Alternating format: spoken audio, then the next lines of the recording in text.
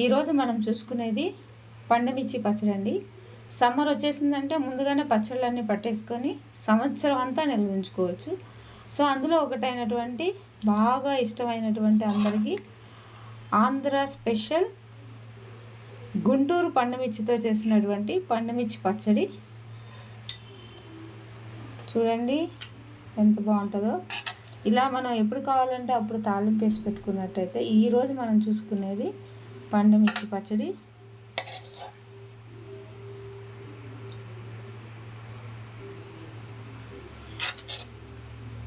చాలా రుచిగా ఉంటుంది. సంవత్సరం అంతా కూడా మనం నిల్వ చేసుకోవచ్చు.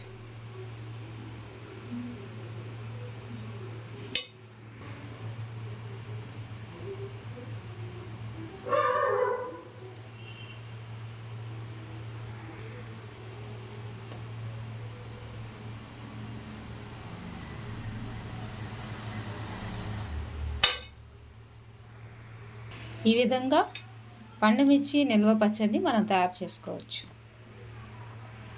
నేను 1 కేజీ పండుమిరపకాయలు తీసుకొని శుభ్రంగా కడిగి పొడి బట్టతో తుడిచి ఫ్యాన్ కింద ఆరబెట్టానండి. చెమ్మంతా పోయేదాకా శుభ్రంగా ఆరిపోయినాయి. సో వీటిని మనము ఫ్యాన్ కింద ఆరబెట్టుకోవచ్చు, కానీ ఎండలో ఆరబెట్టకూడదండి, అది గుర్తుపెట్టుకోండి. ఫ్యాన్ కింద ఆరబెట్టాక మాత్రమే ఈ తొడాలని మనం తీసుకోవాలి. ముందుగా తీసుకోకూడదు, వాటర్ ఇందులోకి వెళ్ళిపోతుంది. అందుకని చెప్పి శుభ్రంగా ఆరాక ఈ తొడాలని తీసుకోవాలి.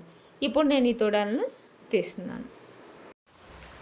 ఇప్పుడు ఈ మిరపకాయల తొడాలని తీసుకోవాలి. ఈ విధంగా తీసుకోవాలి.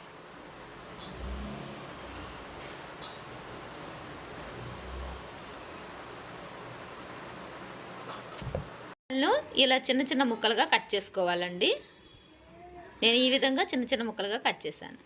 కేజీ మిరపకాయలకి నేను 250 గ్రాముల చింతపండు తీసుకున్నానండి. శుభ్రంగా ఇలా పోల్చుకోవాలి చింతపండుని.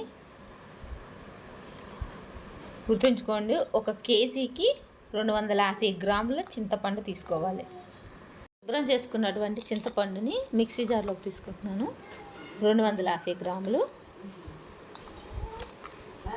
అదేవిధంగా 200 గ్రాముల సాల్ట్ని తీసుకుంటున్నానండి. ఉప్పు సరిపోకపోతే తర్వాత మనం యాడ్ చేసుకోవచ్చు. ఇప్పుడు దీన్ని మిక్సీ పడుతున్నానండి. ఈ విధంగా నలిగిందండి ఉప్పు చింతపండు. గ్రైండర్లో పండుమిర్చి వేసుకొని గ్రైండ్ చేసుకోవడం.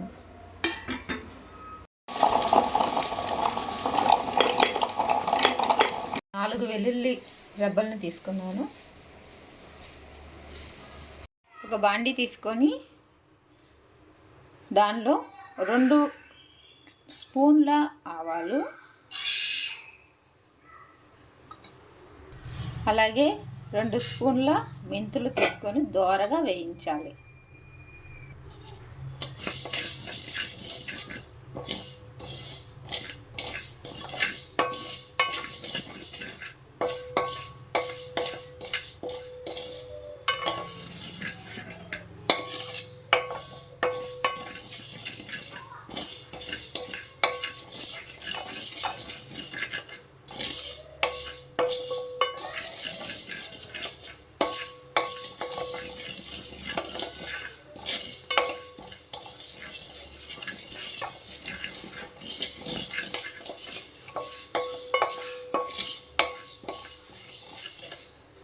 ఇలా దోరగా వేయించాలి.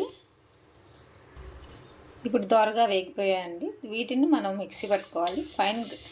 ఫైన్ పౌడర్గా గ్రైండ్ చేసుకోవాలి.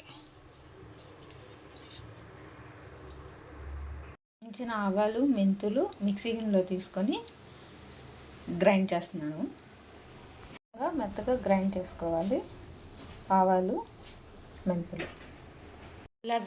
ఇలా గ్రైండ్ చేసుకున్న పండుమిర్చిని ఒక ప్లాస్టిక్ బౌల్లో కానీ గ్లాస్ బౌల్లో కానీ తీసుకోవాలండి. తీసుకున్నాక ముందుగా మనం గ్రైండ్ చేసుకున్నటువంటి మెంతులు ఆవాల పొడిని యాడ్ చేయాలి.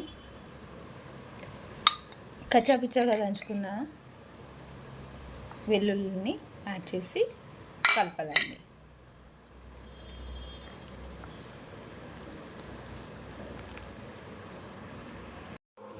ఇరవై 24 గంటల తర్వాత మనం పచ్చడిని చూసుకున్నట్టయితే బాగా ఊరిందండి. ఈ విధంగా ఇప్పుడు మనం తాలింపు పెట్టుకోవాలి.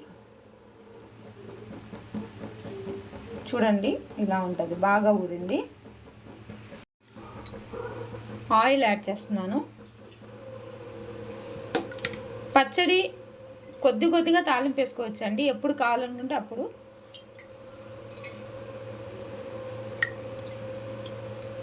ఆయిల్ పోసి ఆయిల్ని బాగా వేడి చేయాలి. ముందుగా 1 స్పూన్ ఆవాలు వేయాలి. ఆవాలు చిటపట్లాడాక 1 స్పూన్ జీలకర్ర యాడ్ చేయాలి. జీలకర్ర యాడ్ చేశాక 1 స్పూను పచ్చెనగపప్పు యాడ్ చేస్తున్నాను. బాగా కలియబెట్టాలి.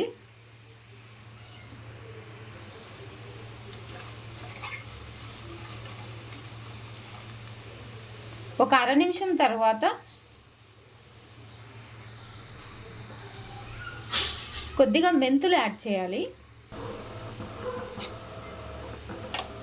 మెంతులను యాడ్ చేసుకున్నాను.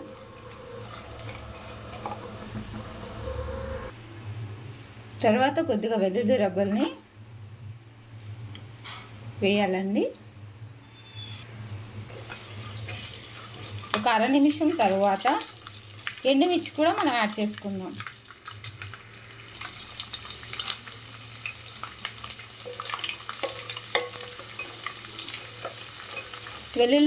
వెల్లుల్లిపాయలు పచ్చళ్ళలో తగులుతూ ఉంటే భలే ఉంటుందండి.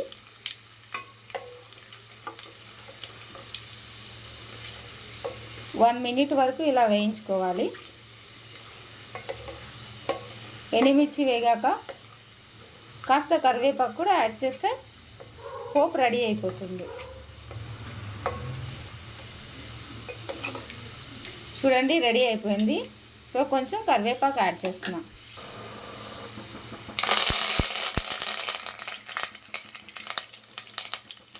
అంతేనండి, పోపు రెడీ అయిపోయింది.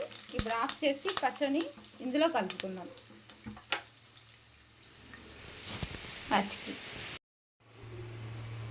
పచ్చడి మనకి ఎంత కావాలో అంత. నేనైతే వారానికి సరిపడా తాలింపు వేసి ఒక బాక్స్లో పెట్టుకుంటాను. సో మిగిలింది సంవత్సరం అంతా మనకి ఇలా పనికొస్తుంది అనమాట. వారానికి సరిపడా తీసి తాలింపు వేసుకొని, కొంతమంది ముందుగానే తాలింపు వేసుకొని పెట్టుకుంటారు, అది కూడా ఓకే, ఇది కూడా ఓకే. నాకు ఎప్పుడు కావాలంటే అప్పుడు మాత్రమే నేను తాలింపు వేసి తీసుకుంటాను.